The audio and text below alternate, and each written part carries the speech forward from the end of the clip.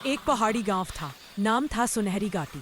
सुबह की धूप जब पहाड़ों पर गिरती तो हवा में मीठी खुशबू फैलती थी। हर घर से किसी न किसी की आवाज आती थी। कोई गाता, कोई बांसुरी बजाता, कोई बच्चों को कहानी सुनाता। गांव का हर कोना संगीत से भरा था। उसकी आवाज किसी ने चुरा ली। मीरा बहुत सीधी, शर्मीली लड़की थी। वो जब गाती थी तो लगता था जैसे फूलों की पंखुड़ियां हवा में तैर रही हों। गांव वाले उसे घाटी की धुन कहते थे, पर अब वो बोलती भी नहीं थी। दिन बीतते गए और उसकी चुप्पी गहरी होती गई। रात को जब सब सो जाते, मीरा अपने पुराने खिलौने गुड़िया लीला से बात करती। वो गुड़िया उसकी सबसे करीबी दोस्त थी। मीरा उससे कहती, लीला, सब कहते हैं मेरी आवाज कोई ले गया, क्या तू जानती है वो कौन था? गुड़िया की आंखें अंधेरे में हल्की सी चमकती। एक दिन उसने जवाब दिया, धीरे बोलो मीरा, वो सुन लेगा। मीरा घबरा गई। उसने पूछा कौन, पर गुड़िया फिर चुप हो गई। बाहर से हवा चली, खिड़की चरमराई और दीवार पर किसी की परछाई लहराई। मीरा कांप उठी। अगली सुबह मीरा ने तय किया कि वो पता लगाएगी उसकी आवाज कहाँ गई। वो गांव के बाहर जंगल की तरफ निकली, जहाँ संगीत मंदिर था। एक पुराना टूटा हुआ मंदिर जिसमें कोई नहीं जाता था।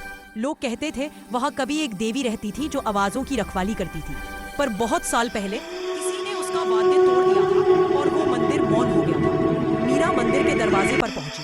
अंदर सन्नाटा था। दीवारों पर पुराने वाद्य लटके थे, वीणा, मृदंग, बांसुरी, पर कोई आवाज नहीं थी। वो धीरे धीरे अंदर बढ़ी। अचानक एक टूटी हुई वीणा खुद ब खुद बजने लगी। उसके तारों से वही धुन निकली जो मीरा गाया करती थी। मीरा की आंखें फटी रह गईं। मंदिर के बीच में एक पत्थर के आसन पर वही गुड़िया बैठी थी, पर अब वो गुड़िया नहीं रही। वो एक इंसान जैसी दिख रही थी। चमकती आंखें, सुनहरे बाल और चेहरे पर हल्की मुस्कान। वो बोली, मीरा, मैं लीला हूँ। मीरा के मुंह से शब्द नहीं निकले। लीला आ।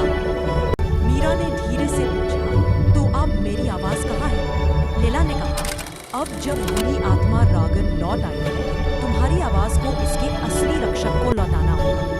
अगर तुमने उसे अपने पास रखा तो पूरा गांव सदा के लिए मौन हो जाएगा। मीरा की आंखें भर आई। उसने कहा, मैं अपनी आवाज नहीं खोना चाहती, पर मैं गांव को भी नहीं खोना चाहती। तभी मंदिर के चारों ओर हवा तेज होने लगी। दीपक बुझ गए, दीवारें कांपने लगी। धुंध में से एक काली आकृति उभरी। वही था रागन जो सुरों की शक्ति को निगलता था। उसकी आंखें लाल थीं और आवाजें उसके चारों ओर तड़प रही थी। वो बोला, ये आवाज मेरी है। लीला ने वीणा उठाई। उसके तारों से रोशनी फूटने लगी। रागन गुर्राया और मंदिर में बिजली सी गूंज उठी। मीरा बीच में खड़ी थी। उसके बाल हवा में उड़ रहे थे, आंखों में आंसू थे। उसने कहा, अगर मेरी आवाज इस गांव को बचा सकती है तो ये गीत मेरा नहीं होगा, तो ये गीत मेरा नहीं, इस घाटी का होगा। और उसने गाना शुरू किया। शुरू में सिर्फ एक हल्की धुन, पर धीरे धीरे उसकी आवाज मंदिर की दीवारों से टकराने लगी, फिर आसमान तक पहुंची।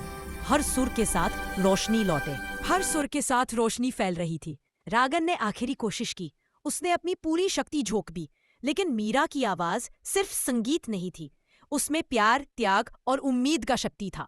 आखिरी सुर बजते ही रागन चीखता हुआ धूल में बदल गया। मंदिर में सन्नाटा छा गया। लीला मुस्कुराई और धीरे धीरे रोशनी बनकर गायब हो गई। वीणा के तार आखिरी बार बजकर शांत हुए। मीरा ने मुंह खोला, पर आवाज नहीं। वो मुस्कुराई और मंदिर से बाहर चली गई। सूरज उगाया, गांव में जीवन लौट आया। बच्चे दौड़ते हुए बोले, मीरा की धुन लौट आई। लेकिन धुन अब हवा में बस गई थी। बुजुर्ग बाबा रतन ने देखा, मंदिर के पास एक नई परछाई थी, काली, शांत, पर उसकी आंखों में वही रोशनी थी जो लीला की थी। वो बोला, अब घाटी की रखवाली कोई और कर रहा है। सुबह जब लोग मंदिर पहुंचे, वीणा नहीं थी। उसकी जगह एक नई गुड़िया रखी गई थी। वो वही रूप, वही मुस्कान, वही आंखें, जैसे देवी खुद घाटी में लौट आई हो। लोग कहते हैं, अब जब भी घाटी में हवा बहती है, कोई गुनगुनाता है। वो मीरा नहीं, घाटी खुद गाती है। कभी कभी दो आवाजें सुनाई देती रहे,